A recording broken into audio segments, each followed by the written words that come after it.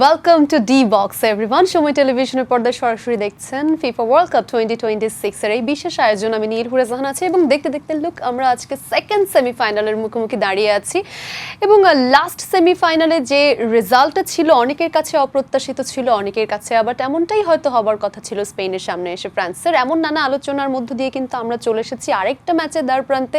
High voltage match, I must say it's Argentina versus England. দীর্ঘ সময় পর ইংল্যান্ডের আসলে এই অবস্থানে থাকা এবং আর্জেন্টিনা বলে যে ডিফেন্ডিং চ্যাম্পিয়ন হিসেবে খুব পরিচিত একটা রুট ধরে এই সেমিফাইনালে এসেছে। বাট আজকে কি হতে যাচ্ছে, ভেরি ডিফিকাল্ট টু প্রেডিক্ট। আমার কাছে তো তাই মনে হয়। আমার গেস্ট কি ভাবছেন? আজকে আমার সঙ্গে আছেন senior sports journalist Sudipta Ahmed Ananda. Welcome, কেমন আছেন? How excited are you about this match? Akij ইস্পাত ভালো মানের রডের থেকেও 12% অধিক শক্তিশালী ও দীর্ঘস্থায়ী। আকিজ ইস্পাত। ওয়ার্ল্ড কাপ তো এক্সাইটমেন্টের ভরপুর থাকে। একটু কি মন খারাপ হচ্ছে যে ওয়ার্ল্ড কাপ প্রায় শেষ হতে যাচ্ছে? তা তো অবশ্যই। আমরা যারা কাজ করি ওয়ার্কিং জার্নালিস্ট হিসেবে আমাদের জন্য আসলে 4 বছর পর পর আমরা অপেক্ষায় থাকি এরকম একটা। কিভাবে সময়টা চলে গেল, like with the blink of an I. Right. আপনি কাকে সাপোর্ট করছিলেন? আসলে আমার সাপোর্টার, আমি আনফরচুনেটলি গত 3টা ওয়ার্ল্ড কাপই ইতালির সাপোর্ট করি, তো ফলে আমার জন্য ভালো হয়েছে আমি থার্ড আই দিয়ে দেখতে পাচ্ছি আর কি ওয়ার্ল্ড কাপটা। মানে I am sorry for you, but একই সাথে যেহেতু স্পোর্টস জার্নালিস্ট সেই জায়গায় একটু সহজও হয়েছে, কোনো পক্ষপাতিত্ব ছাড়া খুব নিউট্রাল থেকে করতে পারছেন।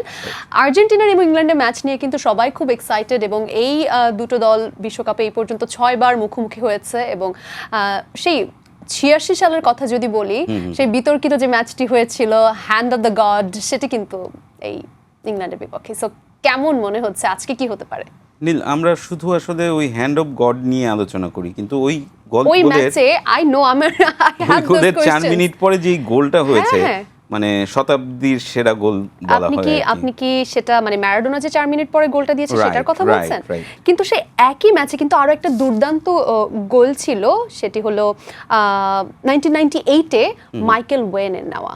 এটা 98 আমি 86 এর কথা বলছি। 86-তে ম্যারাডোনার সেই দুর্দান্ত গোল ছিল, হ্যান্ড অফ গোলটা তো ইটস লাইক আসলে আমরা 98-এ কিন্তু আনফরচুনেটলি ইংল্যান্ড হেরে গিয়েছিল। হ্যাঁ, ইংল্যান্ড মানে মুখোমুখি লড়াইতে যদি আমি দেখি 1962-তে গ্রুপ স্টেজে ইংল্যান্ড 3-1-এ জিতেছিল, 1966-তে ইংল্যান্ড 1-0-তে আর্জেন্টিনাকে হারিয়েছিল, 86-তে যার কথা বলছিলাম সেই ম্যাচে কিন্তু আর্জেন্টিনা 2-1 গোলে জিতেছিল এবং 98-এ আর্জেন্টিনা 4-3-এ পেনাল্টিতে জিতেছিল। 2-2-তে সেই ম্যাচটি আসলে টাই হয়েছিল এবং 2002-তে তো গ্রুপ স্টেজে আমরা দেখেছি ইংল্যান্ডের কাছে। আজকে কি হতে যাচ্ছে আপনার কাছে কি মনে হয়? কাকে এগিয়ে রাখবেন? আপনি আমাকে প্রথমে যেটা জিজ্ঞেস করলেন যে আসলে কাকে সাপোর্ট করি, কিন্তু পৃথিবীতে এরকম একজন খেলোয়াড় এসছেন যার ব্যাপারে আসলে সবাই বায়াস থাকারই কথা। আসলে আমার মনে হয় না যে মেসিকে খুব মানে বেশি সংখ্যক মানুষ অপছন্দ করে। তো ধরেন মেসির মতন প্লেয়ার আরেকবার বিশ্ব মঞ্চের ফাইনালে আসুক, এটা একজন ফুটবল প্রেমী হিসেবে আমি অবশ্যই চাবো। কিন্তু আসলে এখানে তো শুধু আবেগ দিয়ে চলতেছে না, কিন্তু মজার ব্যাপার এই ওয়ার্ল্ড কাপটা পুরোটাই আবেগ দিয়েই কিন্তু আর্জেন্টিনা 6টা ম্যাচ জিতে চলে আসছে আর কি এই পর্যন্ত। তাই কি এই মেসিকে কেন্দ্র করেই খেলছে, ওদের উইং প্লে হচ্ছে না, ওদের মিডফিল্ডে প্রবলেম হচ্ছে, ওদের ডিফেন্স অনেক ল্যাপস করছে, অনেক ধরনের ভুল করছে, তারপরেও সামহাও কি করে যেন বের হয়ে আসতেছে। এবং প্রতিটা ম্যাচে আপনি দেখবেন কামব্যাক, আমরা যেটাকে আসলে অনেকে বলছে যে প্রতিবারই মনে হচ্ছে মিরাকল ঘটছে। এবং মেসি কেন্দ্রিক এই কথাটা কিন্তু এই যে আপনি বলছিলেন যে আবেগ দিয়ে দেখার তো ব্যাপার নেই, কিন্তু খুব বোল্ড একটা স্টেটমেন্ট কিন্তু দিয়েছেন যে আবেগ দিয়ে খেলেই এই পর্যন্ত সেমিফাইনাল পর্যন্ত চলে এসেছে। অনেকেই শুরুতে বলছিল এক মেসি দিয়ে কি হবে, মেসি কেন্দ্রিক কত দূর আর যেতে পারবে, কিন্তু সেই মেসি কেন্দ্রিক হয়ে কিন্তু they are playing the semifinal, so that's actually working for them, that's actually working for Scaloni. Lionel স্ক্যালোনির আসলে যেই প্ল্যানিংটা, ও তো আসলে 2018 সাল থেকে এই টিমটা হ্যান্ডেল করছে। ও কিন্তু আসলে পুরো টিমটাকেই মেসিকে কেন্দ্র করেই গুছিয়েছে। 18 থেকে 26 এই 8 বছরের এই জার্নি, এই পুরোটা সময়ই কিন্তু আসলে মেসিকে কেন্দ্র করেই এই আর্জেন্টিনা আবর্তিত হয়ে আছে এবং 22-এ সাকসেস পেয়েছে এবং 26-এ সেমিফাইনালে চলে আসা। তার মানে হচ্ছে স্ক্যালোনির যেই কৌশলই নিচ্ছে সেটা ওয়ার্ক করছে। এটা কিন্তু খুব ইম্পর্টেন্ট একটা ব্যাপার যে কোচ তো অনেক ধরনের কৌশল প্রতিপক্ষকে বা অপোনেন্টকে স্টাডি করবে, রিসার্চ করবে, কৌশল নেবে, কিন্তু সেটা আসলে মাঠে কতটা ওয়ার্ক করবে সেটা কিন্তু আরো একটা ব্যাপার। বেশিরভাগ ক্ষেত্রে হয়তো ওয়ার্ক করে যাচ্ছে আর্জেন্টিনার জন্য। এবং এই যে মেসি কেন্দ্রিক খেলার কথা বলছেন, 22-এ হোক বা 18 থেকে শুরু হয়ে 22 বা এখন 26-এ, অন্যান্য প্লেয়াররাও কিন্তু নির্দ্বিধায় স্বীকার করেন যে we are playing for Messi. হ্যাঁ not that we are playing for Argentina, we are playing for Messi. একই সাথে মেসিও কিন্তু এটা অ্যাডমায়ার করে যে আপনার হচ্ছে এই এই এই টিমমেটগুলোকে না পেলে শুধু মেসিকে কেন্দ্র করে ওরা নিজেদেরকে প্রিপেয়ার করেছে। আপনি দেখেন মেসি গত ম্যাচটাই কিন্তু গোল পায় নাই, পেনাল্টি মিস করলো, কিন্তু ওই ম্যাচটাও কিন্তু 3টা গোল হয়েছে। একটা গোল মেসি করিয়েছে, আর লেট মোমেন্টে লাউতারো এবং ইসে গোল করলো, আলভারেজ গোল করলো। আলভারেজের গোলটা তো অসাধারণ গোল ছিল। তো আমার মনে হয় কি যে আসলে ওরাও নিজেদের মেসিকে কেন্দ্র করে প্রিপেয়ার করেছে এবং সেভাবেই খেলে যাচ্ছে। স্কালোনি যেভাবে খেলাতে যাচ্ছে সেভাবেই খেলছে। And they don't give up, even Messi misses, they don't give up. Messi কিন্তু আমরা এখন কর্নার শটগুলো নিতে দেখি, আগে যেটা আসলে আমরা দেখতাম না। এই যে আপনি এটা তো আসলে কি ওয়ার্ক করছে সেটার কথা বলছি, কিন্তু এতদূর পর্যন্ত এসে প্রত্যেকটা টিম কিন্তু অনেক ট্যাকটিক্যালি ভাবছে, অনেক স্ট্র্যাটেজিক্যালি ভাবছে। সেমিফাইনাল, এখানে কোনো ভুলের সুযোগ কিন্তু কোনো টিমের নেই। আমরা লাস্ট ফ্রান্স এবং স্পেনের গেমেই কিন্তু আসলে খেললাম যে শুধুমাত্র গুড রিসার্চ এবং প্রতিপক্ষকে প্রপারলি রিড করাটা কতটা কাজে দিয়েছে স্পেনের জন্য, এবং শুধুমাত্র গতি দিয়ে যে আসলে জেতা যায় না এটিও কিন্তু আমাদেরকে প্রমাণ করেছে। সেই জায়গায় আর্জেন্টিনার যে উইকনেসের কথাই আপনি বলছিলেন যে মিডফিল্ড দুর্বল বা বেশ কিছু জায়গায়, সেটা আসলে আজকে ইংল্যান্ডের বিপক্ষে কতটা ভোগাতে পারে আপনার কি মনে হয়? আসলে এই ওয়ার্ল্ড কাপটা যদি দেখেন, যে এই ওয়ার্ল্ড কাপটা রিয়েল টেস্টটা হচ্ছে কিন্তু সুইজারল্যান্ডের ম্যাচ থেকে আর্জেন্টিনার। আপনি হয়তোবা দেখবেন যে কেপ ভার্দের সাথে একটু ম্যাচটা ডিফিকাল্ট করে জিতেছে, কিন্তু জেতার কথা ছিল। মিশরকেও আসলে আর্জেন্টিনা হারাবে, এইটাই হওয়ার কথা। আচ্ছা, আমরা এই বলতে বলতে যেহেতু ইংল্যান্ড আর আর্জেন্টিনা আজকে কেমন করবে বলছি, কি ফরমেশনে আজকে খেলতে যাচ্ছে সেটা একটু দেখে নিই। আজকে ইংল্যান্ডের সম্ভাব্য ফরমেশন আমরা দেখছি it's 4-2-3-1। So what do you think about that? Thomas Tuchel এই ফরমেশনটাই খেলিয়ে অভ্যস্ত। হ্যাঁ, এই ফরমেশনটা, এবং দেখেন এটা কিন্তু এই ফরমেশনটা একটু অ্যাটাকিং ফরমেশন। আর্জেন্টিনার সাথে জিততে হলে এভাবেই খেলতে হবে। এখানে আমি স্পেশালি বলি হচ্ছে আপনার লেফট উইংয়ে গর্ডন খেলছে, হি ইজ এ মানে মাস্টার ক্লাস। আমার মনে হয় যে এই ওয়ার্ল্ড কাপটা অসাধারণ খেলছে। আর সাকাকে হয়তো বা বেস্ট ইলেভেনে দেখা যাবে না, পরবর্তীতে হয়তো আসবে। হ্যাঁ, রাইট উইংয়ে এই যে 2টা ফ্ল্যাঙ্ক ইউজ করা, এইটা কিন্তু, এবং 2জন ভালো ফিনিশার আছে। দেখেন কেইনও 6 গোল করেছে, জুড বেলিংহামও 6 গোল করেছে। সো এই 2টা ফ্ল্যাঙ্ক ইউজ করে ওরা চাবে হচ্ছে গোল করতে। এইটা একটা বড় চ্যালেঞ্জ হয়ে দাঁড়াবে আর্জেন্টিনার ব্যাক ফোরের জন্য। রাইট, ইংল্যান্ডের জন্য যদি আসলে মেসি একটা থ্রেট হয়, সেক্ষেত্রে আসলে আর্জেন্টিনার জন্য কিন্তু জুড বেলিংহামকেই আমি বলবো যে দারুণ করছে লাস্ট দুটো ম্যাচে। হ্যারি কেইন তো আছেন অ্যাজ ইউজুয়াল। আর্জেন্টিনার ফরমেশনটা আমরা দেখছি, সম্ভাব্য formation could be 4-1-3-2। So do you think that would work against England? আমার কাছে মনে হচ্ছিল যে আজকে 5-3-2-তে যাওয়াটা বোধহয় ঠিক হতো। এটা একেবারে পার্সোনালি আমার, এটা সম্ভাব্য হতে পারে, মেবি হতে পারে। কারণ হচ্ছে যেহেতু ওদের 2জনই খুব ফর্মে থাকা ফরওয়ার্ড রয়েছে, এই 2জনকে আসলে রেস্ট্রিক্ট করা, এবং আমি যেটা বললাম যে আপনার 2টা উইংকে রেস্ট্রিক্ট করার জন্য আসলে ডিফেন্সের দিকে মনোযোগী হতে হবে।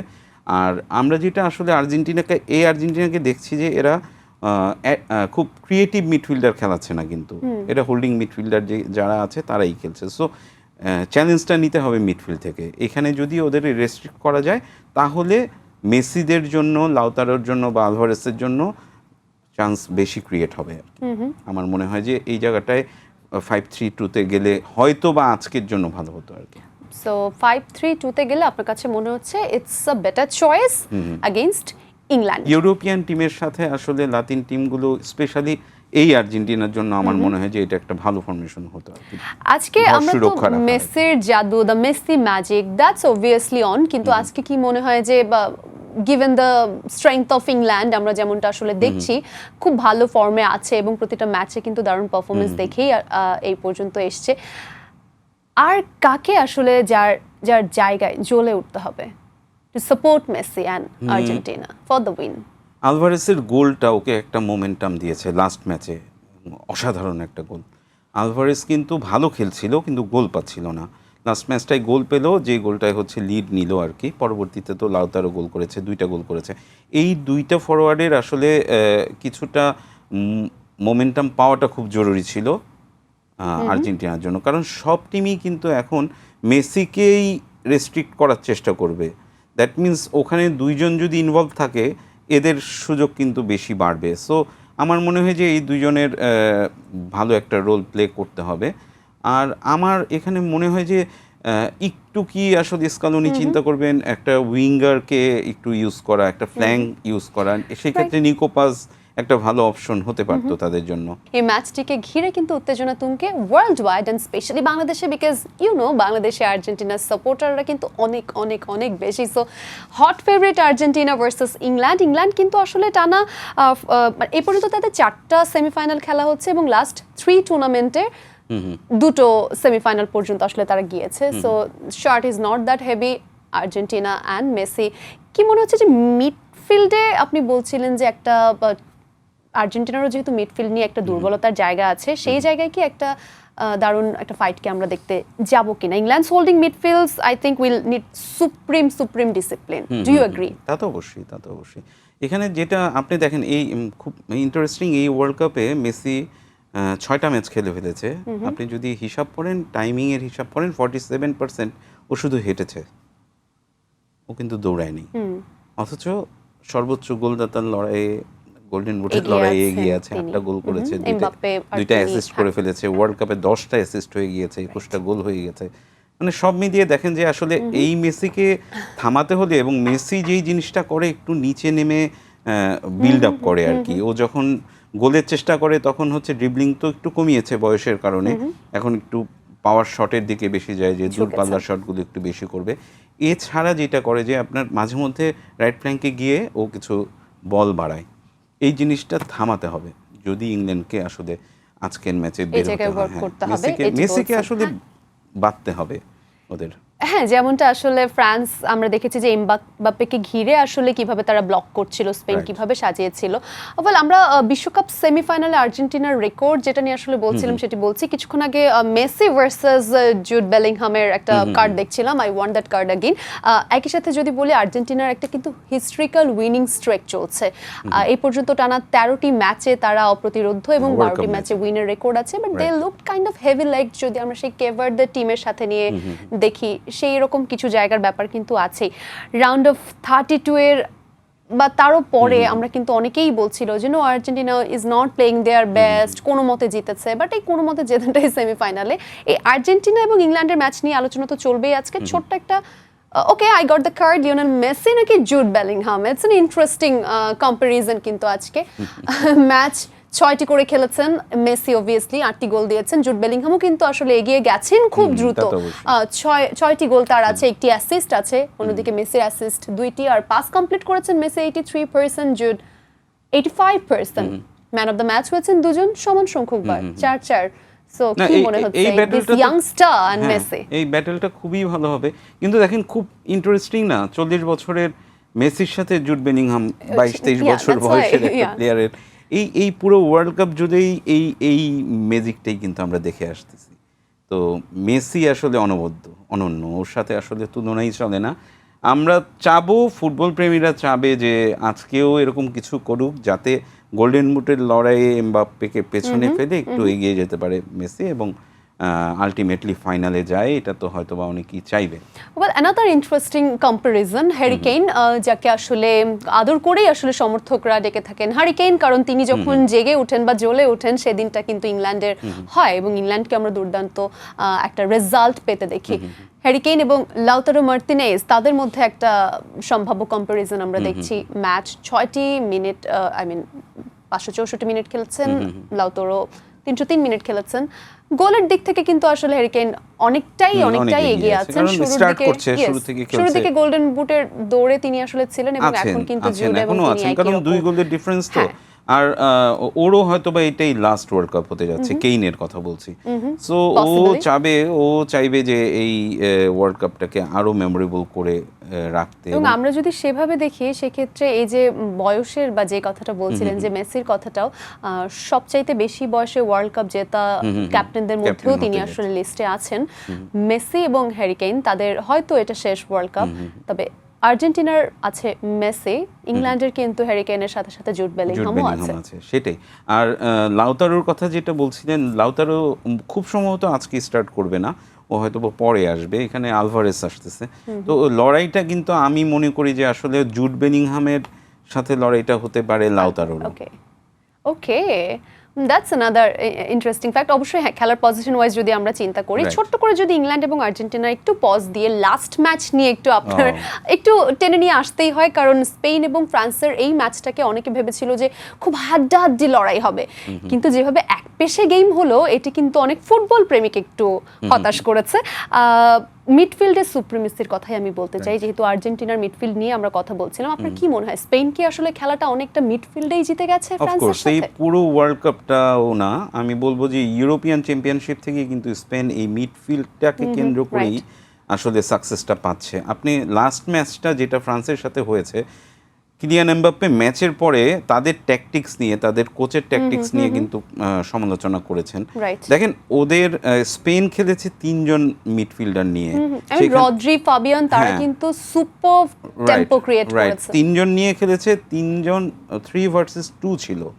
এই জায়গাটাই কিন্তু অনেকটা পিছিয়ে গেল। দেখেন ওদের আমার মনে হয়েছে যে আসলে 4 অ্যাটাকার নিয়ে খেলাটা ঠিক হয় নাই ওকে, ফ্রান্সের, কারণ তাদেরও উচিত ছিল ব্যাটেলটা করা মিডফিল্ডে কিন্তু আসলে তারা কোনো ব্যাটল করতেই পারেনি। They totally cut off the like পারেনি। যে ডিস্ট্রাকটিভ কাউন্টার অ্যাটাকের Right. কথা আমরা বলি ফ্রান্সের, দে টোটালি স্টার্ভড ইট, না, এবং সেটা একই সাথে they starve the dangerous forward service হ্যাঁ, অফ হ্যাঁ। ফ্রান্স।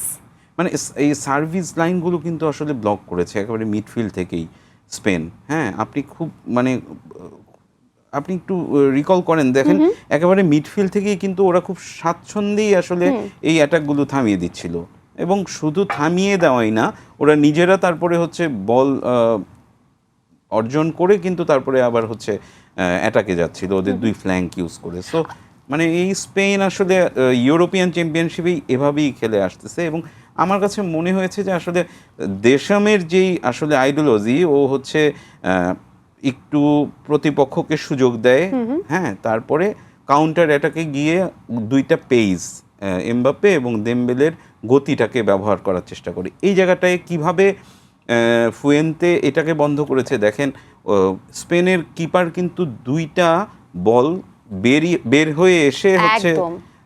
ক্লিয়ার করেছে, ঝুঁকি নিয়েছে, কিন্তু ঝুঁকি এই নিয়েছে। ঝুঁকিটাই কাজে করেছে, কারণ আপনার হচ্ছে 1-on-1 পজিশনে এমবাপ্পের সাকসেস রেট 95%। মানে ওই বল যদি ও ওন করে ফেলতো তাহলে ও এটা এবং একই সাথে finish ফ্রান্স করে ফেলতে কিন্তু পারতো। আই ডোন্ট নো, আমার কাছে মনে হয়েছে তারা তাদের ডিফেন্স অ্যাঙ্কারকে মিস করেছে। 29 মিনিটে যে একটা সাব হয়েছে আসলে উইলিয়াম Right. সালাইবার, হ্যাঁ। তাকে সাবস্টিটিউট করে সেখানে ম্যাক্সিমাম হ্যাঁ, এখানে তাকে একটা- আসতে হয়েছে, সেই জায়গায় কি শেপ একটু নষ্ট হয়ে গেছে ফ্রান্সের? একটু তো হয়েছে, প্লাস হচ্ছে আপনার Well, এটা নিয়ে আমরা কথা বলবো নিশ্চয়ই, তবে আমাদের সঙ্গে এই মুহূর্তে যুক্ত হতে যাচ্ছেন সরাসরি ইউএসএ থেকে আমাদের সহকর্মী Sajid Mustahid, and let's see Sajid Mustahid আছেন এবং এস এম ইকবাল আছেন আমাদের সঙ্গে, দুজনকেই দেখতে পাচ্ছি। মনে হচ্ছে ঘামছেন আপনারা, সেটা কি আসলে উত্তেজনায়, সেমিফাইনাল উত্তেজনায় অর হোয়াট? ঘন্টার মতো অপেক্ষা, এরপরেই বিশ্ব ফুটবলের অন্যতম কাঙ্ক্ষিত ম্যাচ, এবং নিশ্চিতভাবে আমরা বলতে পারি যে এই বিশ্বকাপের এখনো ফাইনাল ম্যাচ হওয়া বাকি। তবে ফাইনালের আগে এ যেন আরেক ফাইনাল, যেখানে মুখোমুখি হচ্ছে 2 সাবেক বিশ্ব চ্যাম্পিয়ন। আর্জেন্টিনার বর্তমান চ্যাম্পিয়ন, ঠিক 60 বছর আগে বিশ্বকাপ জিতেছিল ইংল্যান্ড। 2 দলের এই মহারণ কিন্তু পুরো বিশ্ব গণমাধ্যমে সম্ভবত ইন্টারনেটের কারণে কোনো একটা টেকনিক্যাল ইস্যু হয়েছে, আমরা লুজ করেছি যে আলোচনায় আসলে ছিলাম, কারণ পুরোটা জুড়ে মনে হচ্ছিল সেই সাবস্টিটিউট হওয়ার পরে যে ফ্রান্সের যে শেপটা হয়েছে সেটাকে স্পেন পুরোটা সময় এক্সপ্লয়েট করেছে। Would you agree? ও কিছুটা লাকও ফেভার করেছে, কারণ ওই পেনাল্টিটা আমি বলবো আসলে লাক, 20 মানে সেকেন্ড আনকনসিয়াসলি আসলে লাথিটা কিন্তু দিয়েছিল, যে 3 নাম্বার যেই ডিফেন্ডারটা ছিল ইয়ামাল, এখানে খুব চতুরতার একটা করেছে যে ও সেকেন্ডের 10 ভাগের 1 ভাগ সময়ের মধ্যে ও পৌঁছে গেছে বলটা উইন করার জন্য, ততক্ষণে ওর লাথিটা এবং লেগে যেহেতু গিয়েছে, বলে আসলে কোনো পেনাল্টিটা টাচ ছিল না এবং ইট ওয়াজ আ ডেঞ্জারাস প্লে, সো পেনাল্টিটা আসলে সেটা ডেঞ্জারাস প্লে যেমন, আবার এটা কিন্তু গোল বাউন্ড কোনো ছিল না, এটা কিন্তু আপনার ফ্ল্যাঙ্কের দিকে ছিল। সো এই জায়গাটায় এবারে আসলে এই রেফারিদের নানা সিদ্ধান্ত নিয়ে নানা রকম বিতর্ক তো হচ্ছেই, এটা নিয়ে হয়তো বা সেভাবে হয় না, কারণ ইউরোপিয়ান দলগুলো কিন্তু এগুলো নিয়ে খুব বেশি আলোচনা করে না, যেটা লাতিনরা একটু বেশি করে আর কি।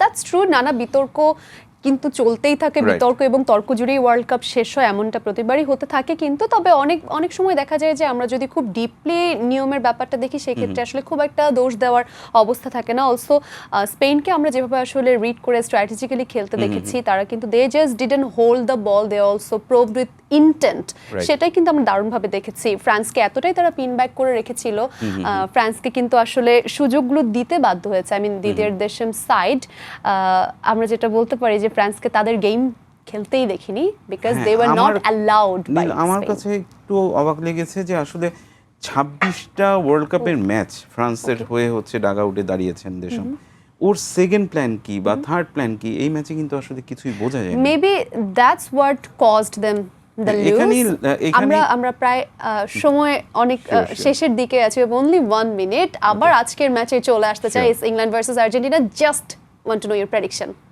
গোল and 2-1 Argentina. 2-1 for Argentina. Okay, that's what my guest says. Thank you so much. And যারা এতক্ষণ দেখছিলেন, thank you so much. We are very excited, as you can see, we're just in the studio. But চিন্তা করুন মাঠে আসলে কি হচ্ছে। এই এক্সাইটমেন্ট সবাইকেই ছুঁয়ে যাচ্ছে। সো সবাই অবশ্যই সময় টেলিভিশনের পর্দায় সরাসরি দেখতে পাবেন আর্জেন্টিনা ভার্সেস ইংল্যান্ডের সেমিফাইনাল। Let's enjoy.